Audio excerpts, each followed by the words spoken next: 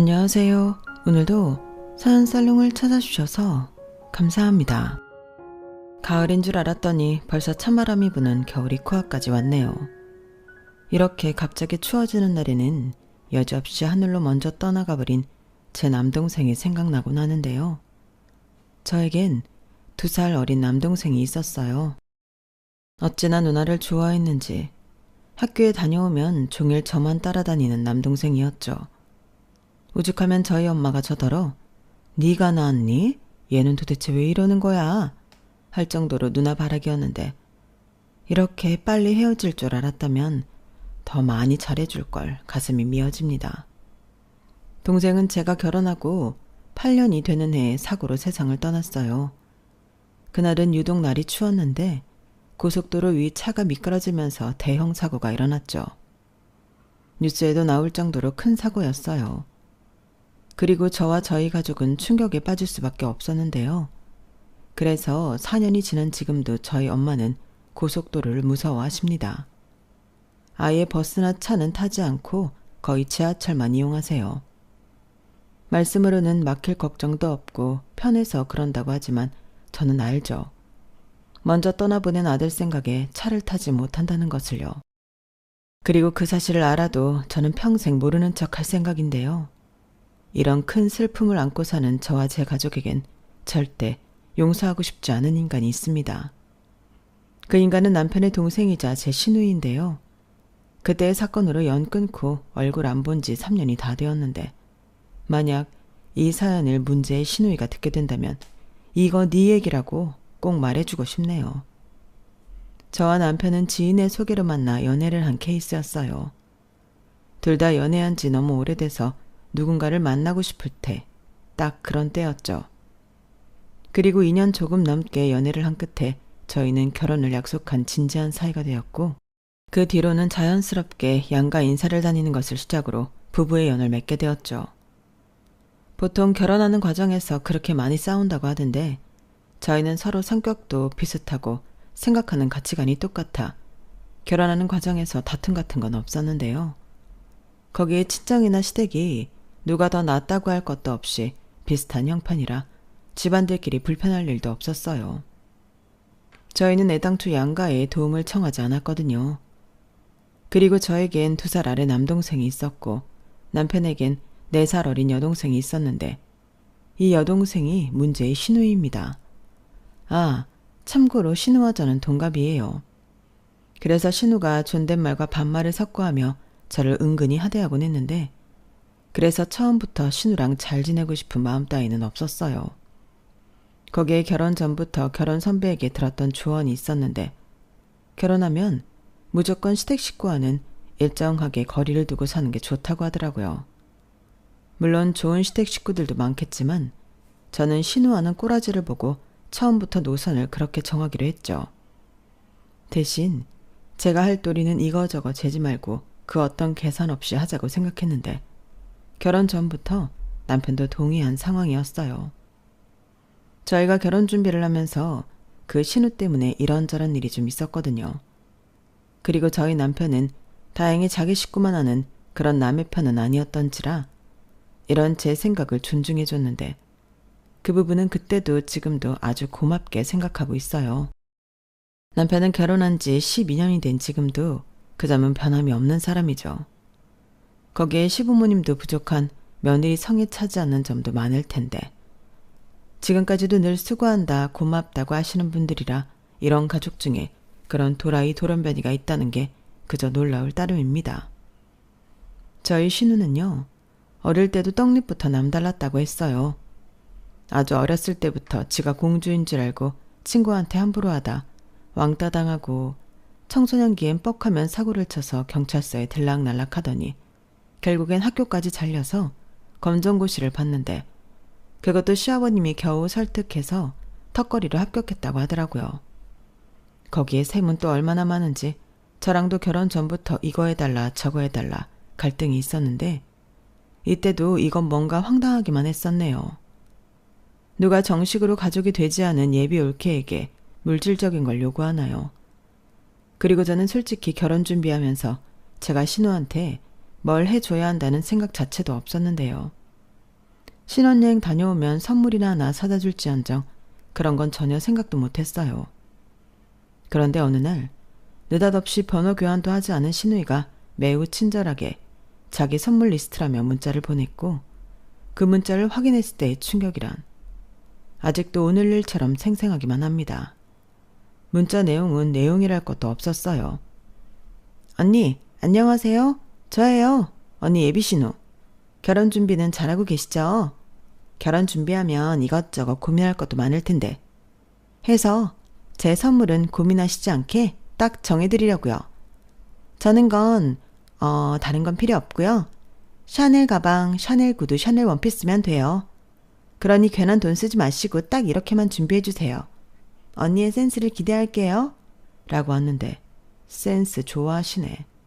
저는 바로 내용을 복사해서 남편에게 보내버렸어요. 자기야, 내가 보낸 문자 봤어? 자기 동생 원래 이렇게 경우가 없는 사람이야? 나 솔직히 너무 놀랐어. 자기가 오빠니까 어떻게 좀 해봐. 샤넬 가방에 구두, 그것도 모자라 원피스까지? 누가 결혼하는 거니? 난 절대 그것들 못 해주니까 자기가 해결해. 아니면 나 이 결혼 못해. 자기야, 흥분하지 마. 이놈의 계집애. 얘 진짜 왜 저러냐? 자기 연락처는 또 어떻게 한 거고. 자기야, 미안해. 내 동생들은 내가 책임지게 해결할게. 그러니까 자기는 그딴 문자 지워버리고 신경 쓰지 마. 정말 얘 때문에 못 살겠다. 남편은 그 문자를 보고 저 못지않게 흥분했어요. 그래서 그날 저녁 남편은 퇴근 후 바로 집으로 가서 놀고 자빠져 있는 자기 동생 정신교육을 제대로 시켰다고 했는데 신우가 제가 정말로 그것들을 해줄 줄 알았다고 하더라고요. 황당했죠. 예비 올케를 상대로 한몫 단단히 잡을 생각을 하고 있던 거잖아요. 그리고 신우는 지 오빠한테 혼난 게 저 때문이라고 생각했는지 단단히 삐쳐서는 저희 결혼식에도 참석하지 않았는데요. 말도 꼭 지처럼 제가 아무것도 해주지 않아서 결혼식에 오지 말라는 뜻으로 받아들였다고 하는 거 있죠. 솔직히 그건 제 입장에서 고마운 일이긴 했어요. 덕분에 기분 좋은 날 신우 얼굴 보고 기분 상하는 일은 없었으니 제 입장에서는 오히려 고마운 일이었죠. 그리고 저는 신우 때문에 결혼을 하지 말까도 고민한 결정적인 사건도 있었는데 그건 결혼 전 신우한테 돈을 도둑 맞은 일 때문이었어요. 왜 결혼 준비할 때 신부 쪽에서 예단비를 드리잖아요. 저도 돌려받을 거 계산해서 500만 원을 봉투에 넣어드렸는데 남편 말로는 시부모님이 200만 원만 받으시고 300만 원은 돌려주셨다고 하셨는데 웬걸. 집에 와서 확인하니 봉투에는 100만 원만 들어있었죠. 제가 너무 의아해서 따지긴 뭐하지만 남편이 착각한 건 아닐까 싶어 남편에게 살짝 물었는데 시간이 지나 신우가 돈 봉투에 저 몰래 손을 댔다는 걸 알게 되었어요. 정말 충격적이었죠. 어떻게 옳게 될 사람의 돈에 손을 댈 수가 있냐고요. 그리고 그때도 정말 황당한 말을 들었는데 제가 그걸 따지고 들 줄은 몰랐다고 하더라고요. 올케 언니도 정말 대단하다. 어떻게 돈이 부족하다고 그걸 바로 얘기할 수가 있어? 그냥 시부모님이 100만 원만 돌려줬구나 하면 될 일이지. 진짜 이상한 사람이야. 오빠, 정말 이 결혼 해야겠니? 저는 그 사실을 전해 듣고 저런 게 다 있지? 내가 과연 저런 집에 시집을 가도 되는 걸까? 하며 현타가 세게 왔어요. 그도 그럴 게 적반하장도 따로 없지. 사과를 해도 모자랄 판에 남편한테 저랑 결혼을 해야겠냐고 물었다는 게 상식 밖의 일이잖아요. 하지만 그놈의 사랑이 뭔지. 남편과는 헤어지고 싶지 않아 결혼을 진행했고 나중에 남편이 예단 일은 미안하다며 자기 돈으로 200만 원을 채워줬는데 그런 일도 있었다 보니 신우가 결혼식에 오지 않은 게 제 입장에서는 환영할 일이었어요. 그런데 그런 일들 때문인지 시부모님은 저에게 항상 미안해 하셨는데 그때까지도 영문을 모르던 저희 부모님은 온통 어리둥절한 일들이셨어요. 사실 신우가 결혼식까지 오지 않을 줄은 몰랐기에 저희 부모님은 오만 생각을 다 하셨다고 하더라고요. 그때 당시 저희 아빠가 많이 아프셔서 제가 아주 큰일이 아니고서는 집에는 말을 아끼던 때였는데 나중에서야 신우 이야기를 듣게 된 저희 친정아빠는 저에게 조용히 이렇게 당부하셨어요. 그래도 이제 한 가족인데 너무 그러지 마라. 나쁘게 지내서 좋을 게 뭐가 있니? 나이는 같아도 이제 네가 손윗사람이니까 선물 하나 좋은 걸로 해주고 풀어줘. 오죽 속상하면 오빠 결혼식도 안 왔겠니? 저는 차마 아픈 아파하기까지 걱정을 끼치고 싶지 않아 알았다고 했죠. 하지만 진짜로 신우의 기분을 풀어줄 생각은 눈꼽만큼도 없었는데요. 처음부터 들어주기 시작하면 저를 호구로 볼 거라고 생각해서였어요. 서열 싸움이라고 하면 웃기지만 초장에 잡아야 한다고 생각하기도 했었죠. 하지만 제가 처음부터 호락호락하게 보이지 않았음에도 신우는 생각이 없는 건지 아니면 원래 태생이 글러먹은 건지 저를 아주 만만하게 봤고 오히려 결혼 전부터 자기한테 물을 먹였다며 일부러 저를 괴롭히는 것 같았는데 다행히 시부모님이 제 편이라서 신우의 그런 계획들도 소용이 없었어요. 그때부터는 어쩐지 시부모님이 저와 저희 부모님에게 신우를 창피해하는 느낌도 받았는데 정작 신우는 자기 부모인데도 그러거나 말거나 하더군요. 저도 저희 부모님한테는 같은 자식이고 딸인데 신우는 이해할 수 없었어요. 뭐 솔직히 이해하고 싶지도 않았고요. 그리고 5년 동안 저와 신우는 서로를 본체 만취하며 지냈는데 신우는 가끔씩 저에게 시비를 걸거나 뭐 하나 뜯어가겠다고 빌미를 만들기도 했지만 저는 넘어가지 않았죠. 아니, 넘어갈 새가 없었어요. 저희 아빠가 긴 투명 생활 끝에 저희 가족의 곁을 떠나셨거든요. 게다가 그때가 제게 이미 2아이의 엄마가 되었을 때라 거짓말을 조금 보태서 저에게 5년은 누군가 테이프를 빨리 감기라도 한 듯 순식간에 지나갔어요. 그리고 정신 차려보니 많은 것이 달라져 있었는데요. 저희 부부는 그간 열심히 노력한 끝에 청약에 당첨이 되어 꿈에 그리던 내 집 장만에 성공하게 되었어요. 물론 대출이 있긴 했지만 너무나도 뿌듯했었는데요. 그러면서 너무 들뜬 나머지 앞으로 저에겐 더 큰 행복만이 기다리고 있을 거라고 자만했어요. 그리고 그렇게 방심한 어느 날 조금 더 제 곁에 머물러 줄 줄 알았던 아빠가 돌아가셨고 그 일과 맞물려 신우가 혼전 임신을 해 시댁이 발칵 뒤집어졌는데 신우는 마치 자기가 줄리엣이라도 된 것처럼 결혼시켜주지 않으면 뱃속의 아이랑 같이 콱 죽어버리겠다며 지랄 생쇼를 했어요. 하지만 시부모님은 아랑곳하지 않으시고 결혼은 절대 안 된다며 반대를 하셨는데 신우는 지 사랑이 무슨 불굴의 사랑이라며 혼인신고를 해버렸죠. 그리고 무슨 깡인지 돈 한 푼 없으면서 결혼식장을 덜컥 잡아버렸는데요. 그렇게 무대뽀로 결혼을 감행하더니 하필이면 저희 동네로 신혼집을 구했다고 하더군요. 정말 최악이었어요. 사실 그때부터 기분이 쎄하긴 했거든요. 거기에 들어보니 신우 남편이 이렇다 할 직업도 없이 허황된 꿈만 쫓는 사람이었는데 아니나 다를까 신우는 맨날 돈이 없다며 저희 집을 편의점처럼 이용하려 하더군요. 필요한 건 저희 집에서 구해가는데 어떤 날은 종량제 쓰레기 봉투도 없다며 그것도 달라고 하는데 황당했죠. 그래도 어쩌나요? 쓰레기 봉투가 없어서 쓰레기도 못 버린다고 하는데 줘야죠. 그리고 황당한 일은 그뿐만이 아니었는데 신우는 제가 동네 마트에서 장을 보고 있다고 하면 조금만 기다려달라고 하고는 쪼르르 슬리퍼만 신고 마트까지 따라와 같이 장을 보고 계산은 저한테 밀어버리는 등 얌체짓을 잘도 했어요. 그건 거의 상습법 수준이었는데요. 물론 처음엔 형편이 어려우니 그러나 보다 하고 이해하려 했어요. 어찌됐든 미우나 고우나 남편 동생이고 임신 중이니 올케로서 그 정도는 도와주자 싶었죠. 그런데 호의가 계속되면 호구가 된다고. 그렇게 한번 넘어가 주니 제 지갑을 아주 지지갑인 줄 알고 같이 쓰자고 덤비는데 이건 아니다 싶었죠. 심지어 자기는 돈이 없어서 산후조리원도 예약을 못했다며 저더러 산후조리 해줄 거 아니면 조리원비를 대신 내달라고 하는데 저도 참다 터지고 말았어요. 아가씨, 제가 아무리 좋게 생각하려고 해도 이건 아닌 것 같아요. 아가씨 왜 자꾸 저한테 돈 얘기하세요? 저는 아가씨 부모가 아니에요. 아가씨 성인이고 결혼했으면 이젠 아가씨 일은 아가씨가 해결해야죠. 아니, 언니는 무슨 말을 그렇게 서운하게 해요. 저도 어렵게 얘기한 거예요. 언니도 아시잖아요. 저 결혼하면서 저희 부모님이 저한테 완전히 등 돌리다시피 한 거. 그럼 제가 누구한테 의지를 해요? 저는 언니가 제 마음 다 아는 줄 알았어요. 아가씨, 저는 아가씨 마음 솔직히 잘 모르겠어요. 저라면 미안해서 그러지 못할 것 같거든요. 어머님이랑 아버님이 왜 아가씨한테 등 돌렸는데요. 이렇게 살까봐 그러신 거 아가씨 몰랐어요? 그러면 아가씨가 더 열심히 사는 모습을 보여야죠. 남편 될 사람한테도 이젠 정말 취직해서 제대로 일하라고 하고 애기도 곧 태어날 텐데 앞으로는 어쩌려고 그래요? 저도 막막해요. 저라고 뭐 속이 편한 줄 알아요? 애는 곧 있으면 나오는데 저는 산후조리 해줄 사람도 없잖아요. 언니야, 우리 오빠가 돈 잘 벌어오니까 애 키우면서 걱정 없겠죠. 그러니까 여유 있는 언니가 저 좀 도와주면 안 돼요? 제가 남도 아니잖아요. 아니요, 저한테는 남이랑 다를 바 없죠. 아가씨는 애들 아빠 동생이지 제 동생이 아니잖아요. 그러니까 앞으로는 돈 얘기하고 싶으면 저한테 말고 오빠한테 해요. 저 정말 중간에서 곤란하고 너무 힘들어요.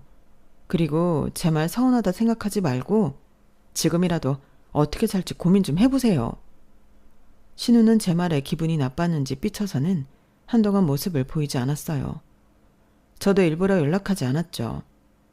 제가 심보가 나쁜 건지 신우 꼴 아직 안 보니 좀 편하더라고요. 하지만 그래도 핏줄이라고 남편은 자기 동생이 신경이 쓰였는지 제 눈치를 보고 이렇게 말하더군요. 저기 여보, 내가 이런 말하면 당신이 어떻게 생각할지 모르겠는데 은영이한테 다만 얼마라도 해주는 게 어때? 나도 내 동생 이쁘진 않지만 그래도 곧 있으면 애도 태어날 텐데 걔들이 뭘 준비했겠어. 내가 차마 당신한테 은영이 산후조리 해달라는 말은 못하겠고 태어날 애는 죄가 없으니까 마지막으로 생각하고 한 번만 은영이 도와주면 안 될까? 내가 자기 마음 모르는 거 아닌데 나는 솔직히 좀 불안해. 나라고 뭐 처음부터 자기 동생이 싫었겠어? 나도 처음엔 별 생각 없이 필요한 거 있다고 하면 사주고 했는데 결국엔 그게 독이 됐잖아. 근데 이번에도 도와주면 아가씨가 마지막이라고 생각할까? 당신은 이 이상 감당할 수 있어? 미안한데 나는 못해. 이런 말해서 미안한데 나는 아가씨가 우리 동네 이사 오고 우리 애들한테도 신경 못 쓰고 우리 엄마도 못 챙기고 있잖아. 나 솔직히 너무 스트레스 받아. 알아. 알지. 그건 정말 미안하게 생각해. 알았어. 조금만 더 고민해보자. 남편은 제가 난색을 표현하자 한 발 물러서는 듯 말했어요. 그리고 며칠 후 신우는 조카를 낳았는데요. 그래도 딸이라고 시어머님이 산후조리를 해주시러 오셨더라고요. 그리고 아기를 봐서 필요한 용품들을 지원해 주셨는데 그러니 신우가 기고만장해져서는 저에게 이딴 소리를 짓거렸어요. 언니는 내가 언니네 아니면 산후조리도 못하고 빌빌 걸릴 줄 알았죠? 그래도 그러는 게 아니에요. 제가 이래봬도 언니 신우라고요. 제가 신우의 짓이라도 하면 어쩌려고 그래요? 그러지 말고 제가 마지막으로 기회를 줄 테니 생각 좀 잘해보세요. 제가 생각해봤는데 언니 아직 저희 출산 선물도 안 해줬잖아요. 이제 와서 애기용품 받는 것도 그렇고 그냥 매달 10만 원씩 우리 애기 적금 넣어준다고 생각하고 제 계좌로 입금하는 거 어때요? 삼촌이랑 외숙모면 그 정도는 해줄 수 있잖아요. 그러는 아가씨는 저한테 뭐 해줬는데요? 저는 출산도 무려 2번이나 했는데 아가씨한테 뭐 하나 받은 기억은 없거든요. 그리고 아가씨도 저희 애들한테는 고모인데 아가씨가 먼저 저희들 앞으로 입금해주면 저도 할게요. 뭐예요? 언니는 벼룩에 간을 빼먹어요. 제가 그럴 돈이 어딨어요?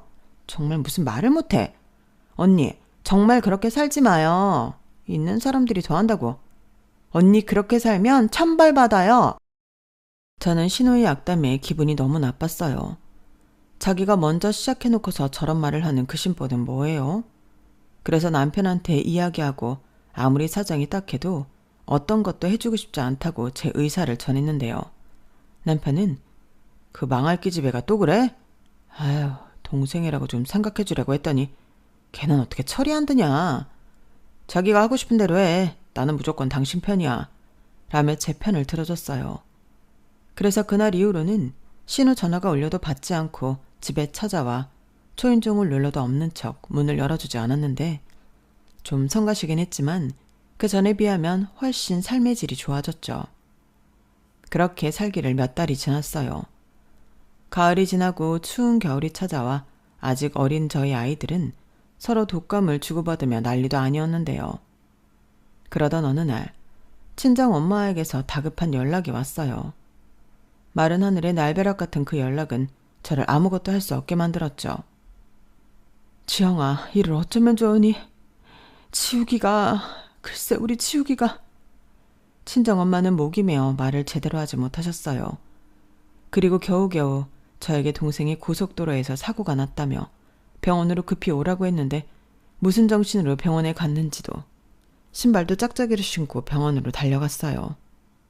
하지만 동생은 이미 떠난 후였고 저희 엄마는 병원이 떠나가도록 통곡을 하셨는데 결국 충격에 졸도를 하시고 마셨어요. 저도 혼이 반쯤은 나가 있었는데 벌써 가족을 둘이나 먼저 보내니 왜 나한테만 이런 일들이 생기는 건가 세상이 원망스럽더군요. 그리고 동생이 저에게 잘해줬던 일들이 스쳐 지나가는데 너무 마음이 아파 심장이 찢어지는 것 같았어요. 동생은 제가 됐다고 해도 제 결혼할 때 모아놓은 지 전 재산을 저에게 입금했어요. 혼수라도 더 좋은 걸로 하라며 어찌나 말도 예쁘게 하던지. 샤넬 타령하는 누구랑은 판이하게 달랐죠. 거기에 조카들이 태어나자 외삼촌이라고 저희 애들한테도 정말 잘했는데요. 그런 동생을 하루아침에 잃었다는 게 믿을 수가 없었어요. 그러니 제정신으로 있는다는 게 거의 불가능했고 그렇게 경황이 없으니 뒤늦게 남편 생각이 나서 남편에게 울면서 전화를 했네요. 그리고 남편의 연락을 받으셨는지 시부모님이 남편보다 먼저 달려오셨는데 감사하게도 저희 시부모님이 저와 친정엄마를 챙겨주셨어요. 그 뒤 남편이 도착해 충격으로 아무것도 못하는 저와 친정엄마 대신 동생의 장례 절차를 진행했는데 3일 동안 혼자 이리 뛰고 저리 뛰며 할 일을 모두 혼자 다 처리하다시피 해줬죠. 정작 저희와 저희 엄마는 슬픔에 잠겨 제대로 문상객과 인사조차 나누지 못했어요. 솔직히 아빠가 떠났을 때도 이 정도는 아니었는데 동생의 죽음은 그만큼 저희 모녀에겐 악몽 같은 일이었어요. 잠도 자지 못하고 식사도 못하는 그야말로 숨쉬는 것도 힘든 시간이었죠. 민서 엄마야, 밥도 안 먹고 너 그러다 쓰러진다. 너라도 버텨야 네 엄마가 너를 의지하지. 네가 그러고 있으면 네 엄마는 어떡하라고. 어머니 죄송해요. 근데 도저히 아무것도 할 수가 없어요. 저 어떡해요? 아휴, 우리 며느리 안쓰러워서 어떡하노. 우리 사돈총각 닦여서 어떡하노. 그래도 민서 엄마야, 너라도 씩씩하게 버텨야 한다. 지금은 네 엄마만 생각해. 너 그러다 네 엄마 잘못되면 그땐 어쩌니. 나도 너한테 이런 말 하기 정말 싫은데 버텨라. 네가 버텨야 네 엄마가 산다. 저는 시어머니를 붙잡고 한참 동안 목 놓아 울었어요. 그렇게 눈물로 동생을 보내고 시부모님이 저희 애들을 맡아주신 덕에 친정엄마와 한동안 함께 있을 수 있었죠. 지금도 그때를 떠올리면 시부모님에게 너무나 감사해요. 그리고 저희 엄마와 저는 슬프고 아프지만 현실을 받아들여야만 했는데요. 잔인하게도 동생의 일로 수습해야 할 일이 많았어요.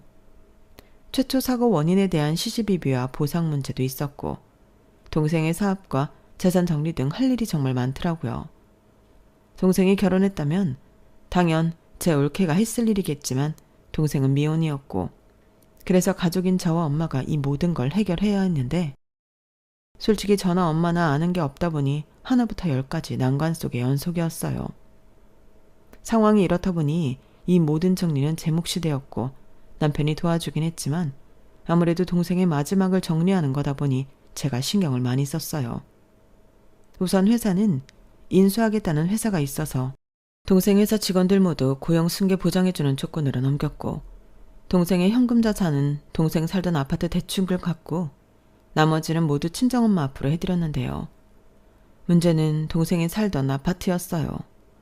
저는 사실 제 것도 아니고 해서 처분할 생각에 대출금부터 정리한 건데 시세를 알아보니 10억대더라고요. 대형 평수는 아니었는데 솔직히 좀 놀라긴 했어요. 제가 부동산에 대해 잘 모르기도 해서 더 그랬죠. 동생 사업이 잘 되는 줄은 알았지만 생각보다 동생이 자산을 현명하게 잘 모으고 있었더군요. 그런데 제가 처분하려고 하니 부동산에서 말렸어요. 너무 아깝다는 이유였죠. 앞으로 향후 몇 년은 계속 오를 건데 차라리 월세든 전세든 세를 주라고 하는데 그런 얘기를 들으니 고민이 됐어요.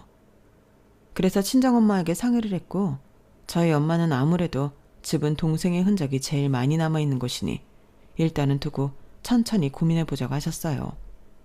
어차피 당장 팔 게 아니라면 천천히 결정해도 될 일이니 저도 그게 좋다고 생각했죠.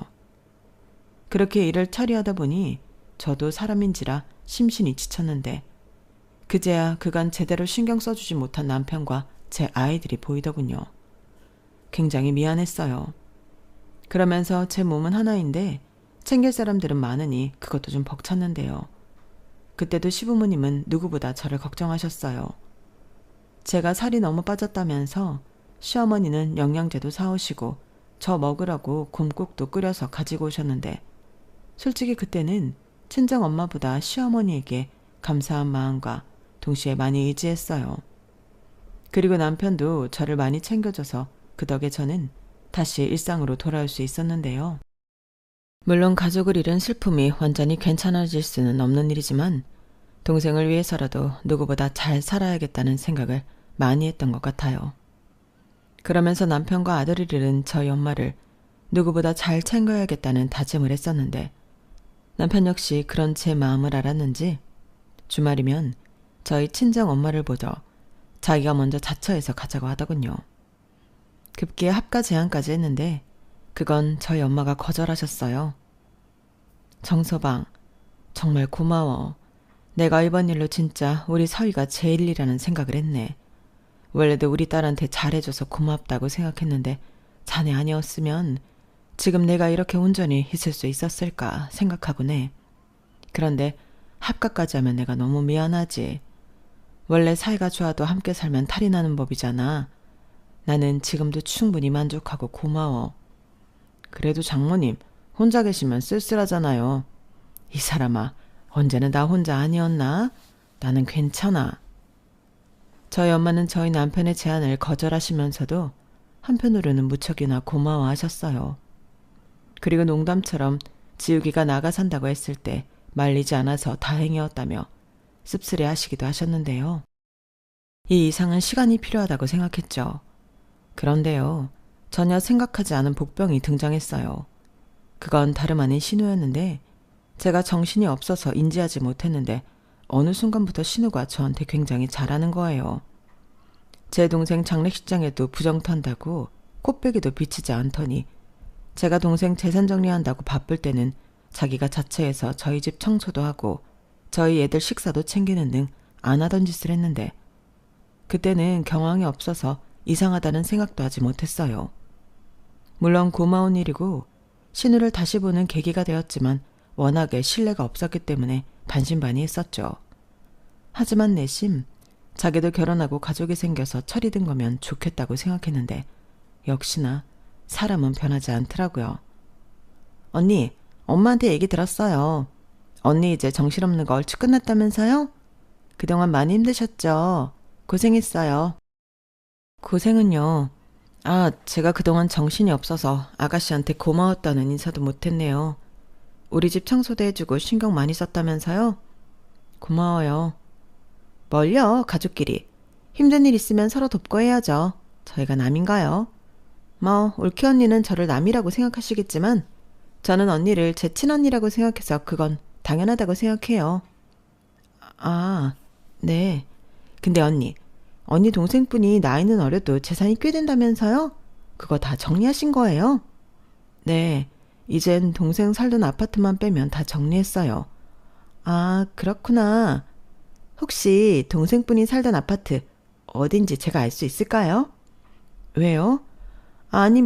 저도 이제 슬슬 이사를 생각해야 해서 이 동네 저 동네 알아보는데 제가 요즘 집에 관심이 많다 보니까 동생분이 꽤나 비싼 아파트에서 살고 계셨겠죠? 지금 제가 사는 곳보다는 훨씬 비싸더라고요. 평수도 저희 평수보다 작은데 근데 그 동네는 좀 비싸서 아가씨가 알아봐도 소용없을 것 같아요. 그래도 여기저기 알아보면 좋죠. 저 그 아파트 주소 좀 주세요. 저는 신우이가 제 동생 아파트 주소를 달라는 말이 꽤 거슬리더군요. 솔직히 그러면 그렇지 무슨 꿍꿍일까 싶은 생각이 들었는데 그렇다고 그걸로 또 싸우기도 싫고 어차피 제 것도 아니니 상관없겠다 싶어서 그냥 문자로 동생의 아파트 주소를 알려줬죠. 그리고 며칠 뒤 생전 뭐 하나 사들고 오는 법이 없던 신우가 케이크를 사들고 저희 집에 왔어요. 그 어린 조카까지 데리고 왔는데 예사롭지 않더라고요. 그런데 신우는 능청을 떨면서 제 비위를 맞추려고 했고 저는 신우가 그러면 그럴수록 의심스러웠어요. 언니, 못 보는 사이에 얼굴이 말이 아니네요. 예전 사돈어른 돌아가실 때랑은 비교도 안 돼요. 뭐 그렇죠. 에휴, 동생분이 결혼이더라도 했으면 언니가 이렇게 고생하지도 않았을 텐데. 그래도 동생이 하늘에서 누나한테 많이 고마워하고 있을 거예요. 동생이 그렇게 올케 언니를 좋아했다면서요? 근데 언니, 동생이 살던 아파트는 어떻게 할 거예요? 저는 순간 반짝이는 신우의 음흉한 눈을 봤어요. 그러면 그렇죠. 저는 신우의 뻔한 속을 보고 너무 어이가 없었어요. 그래서 냉정하리만큼 단호하게 말했죠. 글쎄요, 제 것도 아니고 일단은 저희 엄마 결정에 따르려고요. 제가 요즘 부동산 공부를 많이 하고 있는데 그 아파트는 지금 당장 팔면 손해예요. 그 동네가 호재도 있고 인프라가 좋아서 앞으로도 많이 오르겠더라고요. 근데 원래 사람 많은 집은 사람들이 꺼릴 텐데 그 집 주인이 죽었다는 걸 알면 사람들이 매매하려고 할까요? 재수없는 집이라고 안 팔릴까 걱정이네요. 네? 재수없는 집이라고요? 그렇잖아요. 살던 사람이, 그것도 건장한 남자가 하루아침에 사고사를 당했는데 당연히 찝찝하죠. 저는 신우의 말을 듣고 어이가 없어서 아무 말도 나오지 않았어요. 그러자 신우는 그게 찬스라고 생각했는지 그 주둥이를 계속 나불거렸고 그러면서 황당하게도 자기가 선심이라도 쓴다는 듯 저에게 이런 말을 하더군요. 언니, 냉정하게 생각하면 그 집은 안 팔려요. 세를 놓는다고 해도 누가 들어오겠냐고요. 원래 집은 기운이라는 게 있잖아요. 그래서 왜 잘 되는 집 있고 망하는 집 있다고. 그래서 드리는 말인데 제가 그 집에서 지내면 어떨까요? 아무래도 집이란 게 비어져 있는 것보다 사람이 살아야 정화도 되는 거고. 제가 잘 관리하면서 언니가 제값 주고 잘 팔 수 있도록 도울게요. 그러니까 그 말을 하고 싶어서 지금까지 밑밥을 깐 거예요? 재수가 없네, 집에 기운이 있네 하면서? 아니, 어떻게 내 앞에서 그런 소리를 할 수가 있어요? 아가씨는 정말 나를 뭘로 하는 거예요? 아니, 왜 화를 내요? 저는 서로 상부상조하자는 거죠. 솔직히 언니한테도 마냥 나쁜 지아는 아니잖아요. 언니야말로 저를 얼마나 하찮게 생각하면 저한테 이렇게 버럭 화를 내요? 나는 언니 힘들까봐 그동안 얼마나 배려했는데. 배려요? 아가씨가 저를 배려해요? 지나가는 개가 웃겠네요. 아가씨는 아가씨 꿍꿍이 때문에 저를 이용하려고 한 거죠. 어떻게 사람이 그래요? 제 동생 하늘 날아간 지 4개월밖에 안 됐어요. 아가씨는 제가 그러라고 할 줄 알았어요? 그 집에 아직 제 동생 흔적이 그대로 있다고요. 언니, 저도 급해서 그래요. 망할 그 새끼가 집 보증금 들고 튀었단 말이에요. 집주인이 당장 집 빼라고 하는데 제가 이 피덩이 데리고 어딜 가요. 저 그 집 아니면 당장 언니 집에 들어와야 할 판이에요. 언니는 제가 그랬으면 좋겠어요? 올케 언니고 가족이면 당연히 신우인 저를 도와줘야죠. 솔직히 동생 죽었으면 그 집 정도는 언니가 받아도 되는 거 아니에요? 그럼 언니 집인데 신우인 저한테 빌려줄 수도 있죠. 저는 신우의 억지 주장에 화가 머리 꼭대기까지 올라갔어요. 자가가 뭐라고 제 동생 아파트를 탐을 내냐고요.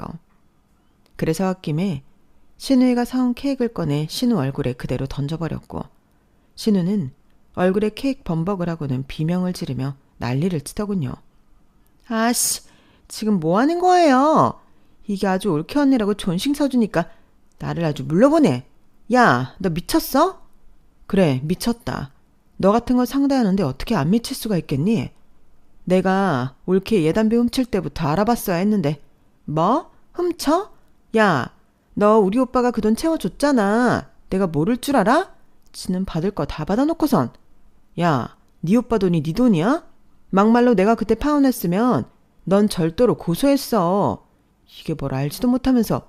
그리고 이젠 하다하다 남의 동생 집까지 넘보냐? 웃겨. 내가 뭐 집을 달라고 했어? 그냥 잠깐 살겠다는 거잖아. 툭 까놓고 내가 뭐 틀린 말 했냐? 너야말로 내 손 그만 떨어. 어차피 네 동생 처자식도 없이 그렇게 갔으니 너야말로 개 탔잖아. 나는 롤케가 있어, 조카가 있어? 솔직히 이게 무슨 횡재인가 싶지? 아닌 척 가시 떨기는. 그래서 나도 거기에 숟가락 좀 얹어보려고 했다. 뭐? 숟가락? 너 오늘부로 그 손으로 숟가락 못 들게 내가 만들어줄게. 저는 순간 신우의 말에 이성을 놓아버렸고 조카 아이가 놀라 우는데도 정신이 반쯤 나가서 신우와 머리채를 잡고 몸싸움을 벌였어요. 신우도 지지 않으려고 저를 깨물고 발길질을 하고 그랬는데 제가 신우 머리채를 잡고 패대기를 치니 자기 머리 다 빠졌다면서 울면서 저를 경찰에 신고하더군요. 저는 결국 신우의 신고로 경찰서까지 가게 됐어요. 물론 신우랑 나란히 같이 갔는데 어차피 쌍방이라 경찰도 알아서 합의하라고 하더군요. 그리고 그 난리통에 남편과 시부모님까지 경찰서에 모두 왔는데 전후 사정을 다 들은 남편은 신우에게 남매고 뭐고 다시는 보고 싶지 않다며 연을 끊자고 말해버렸어요. 그러자 신우는 자기는 싫다며 끝까지 깐족거렸는데 보다 못한 시아버님이 신우의 뒤통수를 사정없이 갈겨버리셨네요. 워낙 점잖으신 분이라 솔직히 저도 많이 놀랐어요. 하지만 시어머니는 자기가 딸을 잘못 키워서 일어난 일이라며 저에게 연신 미안하다고 사과하셨고 그 모습에 신우가 눈이 돌아서는 왜 나한테만 그래? 쟤도 똑같이 다 했어. 내 머리 좀 봐. 제가 다 뽑아놔서 이 모양이잖아. 엄마 아빠는 누가 더 중요해? 딸인 나보다 며느리 따위가 더 중요한 거야? 라고 소리를 질렀는데 그 모습을 보니 진심으로 소름 끼쳤어요. 그래서 집에 돌아와 바로 남편에게 신우 때문이라도 이혼하고 싶다고 울면서 말했는데요. 남편이 신우 볼일 더는 없게 하겠다며 자기한테 기회를 달라고 하더군요. 하지만 이미 저는 마음이 이혼 쪽으로 기울었어요. 남편과 계속 함께 한다면 어찌됐든 신우랑도 계속 엮여야 할 테니 너무 싫더라고요. 그래서 좋게 합의혼해 달라고 했는데 남편은 그럴 수 없다며 울면서 저에게 매달렸어요. 아이들을 생각해서라도 자기를 버리지 말라고 사정했죠. 그리고 다음날 남편에게 제 이야기를 들으셨는지 시어머님이 저를 찾아와 이렇게 말씀하셨는데요. 민서 엄마야, 아니 지영아, 내가 정말 너를 볼 면목이 없다. 내가 딸을 잘못 키워서 이 사달이 났어. 정말 미안하다. 어머니, 저는 어머니한테 사과받고 싶은 게 아니에요. 정작 사과할 사람은 따로 있잖아요. 그래서 내가 더 미안하다는 거야. 네가 오죽하면 이혼 생각까지 하겠니? 어머니가 어떤 말씀 하시려는지 저 모르지 않는데 그냥 이혼하고 싶어요. 지영아, 너 우리 아들 많이 사랑하지 않니? 그리고 애들도 그래. 지금이야 네가 감정적으로 너무 힘들어서 그러는 거 내 이해 못하는 건 아닌데 나한테도 어찌 해볼 수 있는 기회를 다오. 안 그래도 은영이 저거 하도 속썩여서 네 시아버지랑 상의 끝에 정신 차리게 쫓아버릴 생각이었어. 계속 가족 믿고 저렇게 미친 짓을 하는데 저도 비빌 언덕이 없어 봐야 정신 차리지. 그래도 그게 될까요? 이런 말 죄송하지만 아가씨는 평생 그 벌을 못 고칠 것 같아요. 그래, 어쩌면 네 말이 맞을지도 모른다. 그래도 나는 자식 하나 버리는 한이 있어도 해볼 작정이야. 나 여기 오기 전에 집도 내놨다. 네 시아버지랑 어디 조용한 곳에 가서 농사 지으면서 살 거야. 너도 은영이 그거 와도 받아주지 않으면 그게 저 혼자 뭘 할 수 있겠니? 가족들이 철저하게 지한테서 등을 돌려봐야 지도 뜨거운 맛을 알지. 그러니 이혼을 하더라도 나중에 해라. 이렇게 했는데도 내 마음처럼 안 되면 그때는 내가 너 안 말릴게. 저는 간곡한 시어머니의 애원에 마음이 움직였어요. 그런 큰 결정까지 하셨는데 저도 한번 두고 보자 하는 생각이 들었죠. 그리고 친정엄마와 상의 끝에 저희 집과 친정엄마 집을 팔아 다른 타 지역으로 이사를 가기로 했는데요. 이래저래 온 가족이 신우와 연을 끊기 위해 이사를 하는 셈이 되었어요. 그리고 그건 꽤 효과가 있었는지 적어도 제가 신우 얼굴을 보는 일은 없었는데요. 남편한테 듣기로 돈이 궁한 신우가 결국엔 시댁에 들어가 살게 되었고 힘든 농사일에 학을 떼서 조카만 남겨두고 집을 나갔다고 하더군요. 참, 끝까지 이기적이고 무책임하지 않나요? 뭐 조카 입장에서는 그런 엄마 밑에서 자라는 것보다는 인품 있는 조부모님 손에 자라는 게 나을 것 같긴 하지만 시부모님이 손주까지 키우게 되셔서 힘드실까 걱정이 커요. 그래서 고민 끝에 제가 데려와 키우겠다고 했는데 괜히 그렇게 또 엮이면 골치 아프다고 시부모님이 거절하신 상태입니다. 다행히 조카는 건강하고 귀엽게 잘 크고 있어요. 어찌나 말도 잘하는지 보고 있으면 셋째 생각이 절로 날 정도입니다. 신우한테는 털끝이라도 용서한 마음을 베풀고 싶지 않지만 조카한테는 저희가 해줄 수 있는 건 최대한 해주고 싶어요. 아니, 그렇게 할 거예요. 적어도 신우 같은 어른은 만들면 안 되잖아요. 이렇게 말하면 무슨 사명감처럼 보일지도 모르겠는데 조카 애한테 저도 나름 경에 있어서 엄마의 빈자리를 저도 채워주고 싶은 마음입니다. 저는 현재 친정엄마와 경기도 외곽에서 텃밭도 가꾸고 꽤 편안한 생활을 하고 있어요. 동생의 아파트는 고민 끝에 작년에 처분했고 그 돈은 저희 엄마가 고집에 제가 받게 되었는데요. 엄마는 그동안 고생한 값이고 제 동생이 그걸 바랄 거라고 하셔서 차마 거절하지 못했어요. 그리고 저희 아이들 클 때까지 그 돈은 건드릴 생각이 전혀 없어요. 그렇게라도 동생의 흔적을 갖고 싶은 누나의 마음일까요? 너무 이른 나이에 헤어지게 된 동생을 생각하며 저는 오늘도 동생 몫까지 열심히 살아가는 중이에요. 삶과 죽음은 종이 한 장 차이라는데 친정아빠도 제 동생도 저와 저희 엄마가 씩씩하게 살고 있는 모습을 하늘에서 지켜보고 있을 거라고 생각합니다. 그리고 할 수 있다면 다음 생에도 한 가족으로 태어나고 싶은데요. 그때는 우리 네 식구 아주 오래오래 함께 했으면 좋겠어요.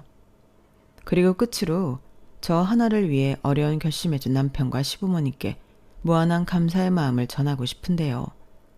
제가 앞으로 아내로서 며느리로서 최선을 다하겠다고 이 자리를 빌어 약속하고 싶습니다. 이 모든 일이 한 사람 때문에 일어났다는 게 좀 유감이긴 하지만 신우가 이젠 제발 정신 차리고 남한테 피해 끼치지 않는 삶을 살았으면 좋겠어요. 물론 그렇다고 해서 다시 볼 생각은 전혀 없지만요. 제가 너무 뒤끝 있나요? 그래도 어쩔 수 없죠. 이게 모두 인과응보니까요. 그러게 적당히 했어야죠. 아무리 가족이라도 넘지 말아야 할 선은 지키는 게 배려라고 생각합니다. 가족이니까 괜찮다는 생각은 정말 위험한 거잖아요. 그러니 여러분들도 건강한 관계 유지하시면서 사랑하는 가족들과 행복한 시간만 공유하시길 바랄게요. 제 이야기는 여기까지고요. 지금까지 함께 해주셔서 대단히 감사드립니다. 항상 건강하시고요. 오늘 하루도 행복한 하루 보내세요. 여러분, 사연 댓글에 응원과 현명한 조언 부탁드려요. 좋아요와 구독은 저에게 큰 힘이 됩니다. 오늘도 좋은 일 가득하세요.